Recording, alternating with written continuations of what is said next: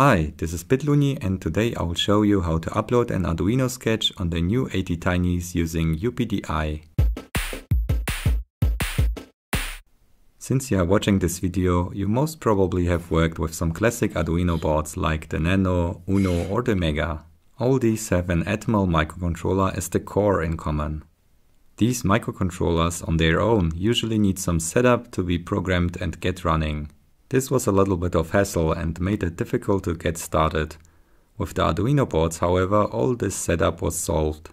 The boards had all the necessary components and came preloaded with a piece of code that made it possible to upload a sketch over USB translated to serial. The common way would be to use the In-System Programmer, short ISP. You can find the characteristic 6-pin connectors on each of these boards. The microcontrollers on these boards are quite capable at mega chips with a lot of pins, so the 6 pins for the programmer didn't really matter much. The much smaller ATtinys, however, are designed to perform small tasks with a limited pin count, lower power consumption and at a low price point. The low pin count made it quite painful to spare 6 pins for the ISP. So most of the time the pins have been shared and the programmer had to be disconnected after each upload. That also limited the circuits you could have connected to certain pins. In the recent years, Microchip, which acquired ATmel, started to refresh the ATtiny series. As it seems, the new ATtinys inherited the improved X megacores. All types of memory increased in size, several communication protocols are implemented in hardware now, and the clock speed goes as high as 20 MHz without any external crystal. But also the programming changed to the Unified Programming and Debugging Interface, UPDI. This has the advantage that it only requires one data pin and a common ground. This data pin is even shared with the reset pin, which was not used for anything else most of the time. This change rendered my ISP useless for programming these. But fortunately there is help. While looking for a cheap alternative to the expensive programmers, I stumbled across the JTAG to UPDI and megaTinyCore projects on GitHub. Spence Condi, aka Dr. Azzy, provides here all you need to get started in the Arduino development environment with the ATtinys. Big thanks to him and all the participants of these projects. Let's start with the programmer. JTAG to UPDI is a sketch that you can upload to a classic Arduino board and use it as an UPDI programmer in future. I picked the Arduino Nano for the price and size. It's uploaded like a typical Arduino sketch. All the code is spread across other files, so no worries about the empty main file. Once that's done, we need to disable the reset that is triggered every time you upload a sketch. That would cause the code to overwrite the programmer flash instead of the ATtiny. The simplest way is to add a 10 microfarad capacitor between reset and ground. This will obstruct the short reset pulse on upload and the programmer will not end up in the bootloader, but you still will be able to reset pressing the button for a long time if needed.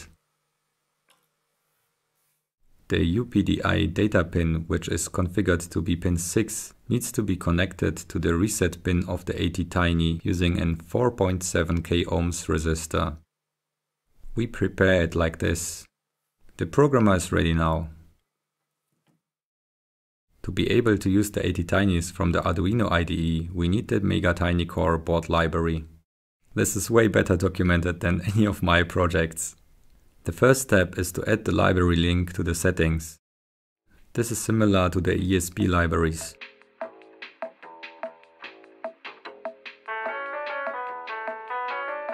The next step is to install the megaTinyCore from the boards manager.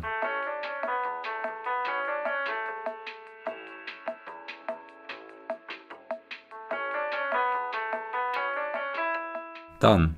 Now that we are done with the preparations, we can start programming the new ATtinys. The first step would be to connect it to the programmer.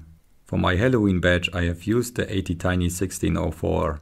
Since this is a surface mount component, we need a breakout board to be able to use it on a breadboard. You can also use a socket to put the chip in, or a clamp like this. Since my ATtinys have 14 pins, the more common 16-pin adapters work as well if I align it properly. I linked these in the description below. Now we need to connect the UPDI pins. Since our bare IC does not have any power source yet, we can also use 3.3 or 5 volts from the Nano as VCC. The convenient pin diagrams in the documentation of the megaTinyCore help identifying the pins. I start with the ground, then the power and the UPDI pin. That's all we need. Let's test it. I need to select the microcontroller first. I pick my ATtiny 1604. As next, I set the programmer to JTAG to UPDI and select the serial port of the programmer. That's okay. That's all we need, but there are some other settings you might want to be aware of. The clock goes up to 20 MHz, but if you want to run it on low voltage and conserve power, you could go as low as 1 MHz, where it's able to run at only 600 microamps. To conserve precious flash memory for your sketch, you can disable the micros and millis functions. The other settings are less interesting for now. Let's test if the uploading works. In the current version, this warning might appear. But no worries, you can ignore it. The sketch was compiled and uploaded correctly. Okay, let's try a blink sketch to actually see anything happening. I take an LED. I want to connect it between my VCC and the pin. The anode, which is the long leg to VCC, the cathode will be connected to the pin over a 510 ohm current limiting resistor to protect the LED from overpower. Higher resistor values will make the LED just a little bit dimmer. The pin number is 0 in my case. The LED will now turn on when the pin is set to low and turn off when it's high. Let's implement the sketch. First, we need to tell the microcontroller on startup that we want to use pin 0 as an output in the setup. Second, we put the blinking in the main loop that's executed repeatedly, turning on the LED by setting the level of pin 0 to low, waiting for 1000 milliseconds, turning it off again, and waiting another second. Let's upload it. Done! If you liked this tutorial, subscribe for more in future and consider supporting me with a channel membership on Patreon or with a PayPal donation.